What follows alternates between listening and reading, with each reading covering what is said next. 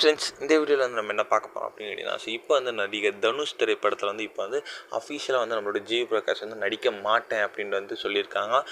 அந்த ஒரு விஷயத்தை ஜிவி பிரகாஷ் அவர்களே வந்து சொல்லியிருக்காங்க. ஸோ அதை பற்றி அந்த வீடியோ டீட்டெயிலாக பேச போகிறோம்.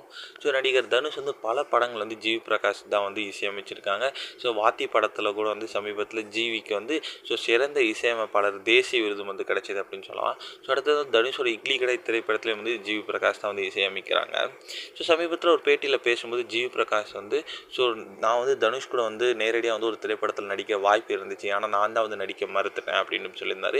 அதாவது நம்மளோட தனுஷ் இயக்கி அவரே நடித்த ராயன் திரைப்படத்தில் வந்து அவருக்கு தம்பி ரோலில் வந்து ஃபஸ்ட் வந்து நம்மளோட தனுஷ் வந்து ஜிவி பிரகாஷ் கிட்ட தான் கேட்டிருக்காங்களாம். ஆனால் வந்து ஜிவி பிரகாஷ் வந்து அதுக்கு வந்து நடிக்க மறுத்துட்டேன் அப்படின்னு சொல்லியிருக்காரு. நான் நடிக்க மாட்டேன் அப்படின்னு சொல்லிட்டாராம். அதாவது ராயன் படத்தில் வந்து தனுஷோட தம்பி ரோலில் வந்து அவர் வந்து நடிச்சிருந்தார்னா ஒரு சீனில் வந்து முதுகில் வந்து தனுஷோட முதுகில் குத்துற மாதிரி இருக்கும். ஸோ அந்த சீன் வந்து ஜிவி பிரகாஷ் பிடிக்கல அப்படின்றதுனால நான் அந்த திரைப்படத்தில் நடிக்க மாட்டேன் அப்படின்னு சொல்லிட்டாங்களாம். ஸோ இந்த ஒரே காரணத்துக்காக தான் வந்து நான் வந்து அந்த திரைப்படத்தில் நடிக்கலை. ஸோ வேறு ஒரு திரைப்படம் நல்ல கதையில் அமைஞ்சால் கண்டிப்பாக நானும் தனுஷும் சேர்ந்து நடிப்போம் அப்படின்ட்டு வந்து ஜிவி பிரகாஷ் அவர்கள் சொல்லியிருக்காங்க.